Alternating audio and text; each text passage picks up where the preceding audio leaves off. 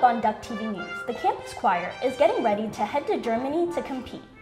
And we explain new changes to the bathrooms on campus. Good evening and welcome to Duck TV News. I'm Shirley Chan. And I'm Falma Muhammad. The Disability History exhibit came to the University of Oregon to teach students about awareness and advocacy. Kate Houston has more. Disability has always been an integral part of world history. The treatment towards people with disabilities has fluctuated throughout time, depending on what society considered normal. The exhibit gave an in-depth look at the unjust treatment of disabled people throughout important points in history, such as the dehumanizing treatments throughout the Renaissance and institutionalization during the mid-20th century. Hillary Gerdes, Director of Accessible Education, believes that bringing this exhibit to campus will create an awareness for an issue that needs to be openly discussed.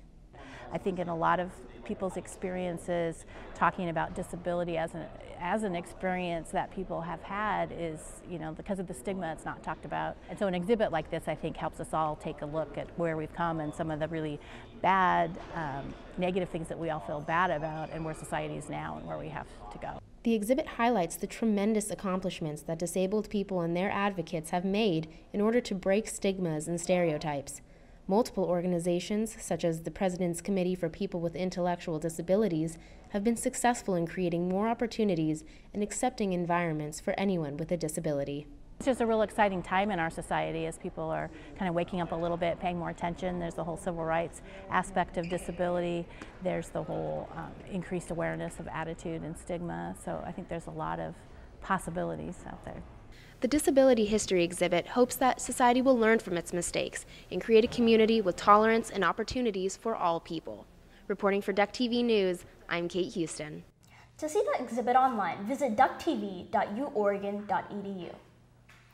To increase awareness on campus, the LGBT community has been advocating for gender-inclusive bathrooms on campus.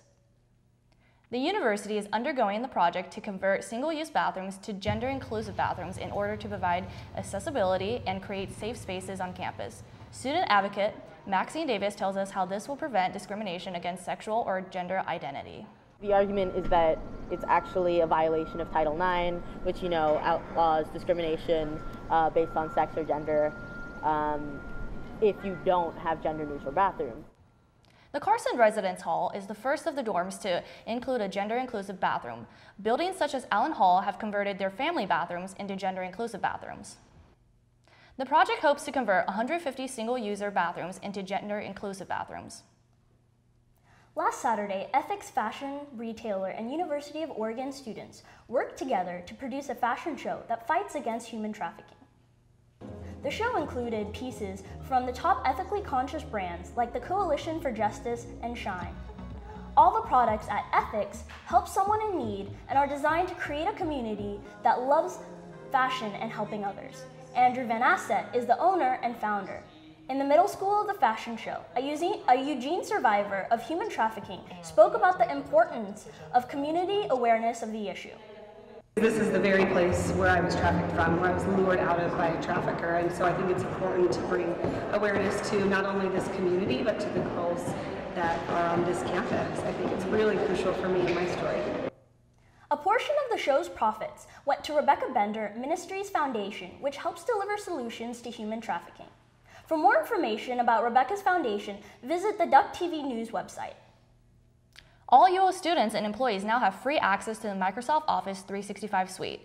Through the new license, the UO has universal access to programs including Word, Excel, PowerPoint, and Outlook with unlimited online storage through OneDrive. To get the Office 365 suite, visit office.uoregon.edu and log in with your Duck ID. The athletic department is requesting more money from the ASUO to provide the same number of student football tickets for next year. The athletic department plans to reallocate 300 of the free student lottery tickets to the season lottery system. They can profit from the cost of student tickets. ASUO Senator Andrew Lubosh explains why they don't want to offer the athletic department any more money. We're being asked to pay so much money for football tickets when we feel that the athletic department is kind of splurging on the money that we give them. Originally, the athletic department asked the ASUO for a 10% increase in funds, which would have been an additional $160,000 onto their already $1.6 million budget. After the ASUO denied this increase, the athletic department asked for a 3% increase and was denied again. Negotiations about the logistics of the matter between ASUO and the athletic department are still in progress. Now we take it to Wendy for weather. Can we expect some sunshine this weekend? Yes, it looks like you can put away your rain jackets and umbrellas and look forward to a break from the rain, as we are expecting a sunny weekend here in Eugene. Friday, we are anticipating partly cloudy skies in the highs in the 70s and lows in the 40s.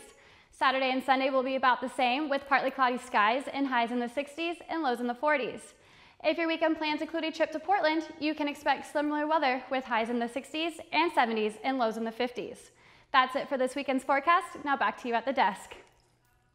Thanks, Wendy. The Oregon Senate passed a bill that increases checks to private gun sales. Senate Bill 941 asked that background checks must be made in private gun sales and transfers. The only exception is between family members. Prior to this bill being passed, Oregon law did not require background checks for personal and online sales. The bill passed on a 17-13 vote and heads to House, where Democrats say it will move quickly. Music students say many students don't even know what Bell Hall is, but the UO Chamber Choir's accomplishments are not going unnoticed. Maybelline Naismith has more. I'm in front of Bell Music Hall, home to UO Chamber Choir, who has recently been invited to Marktoberdorf, one of the most competitive choral competitions.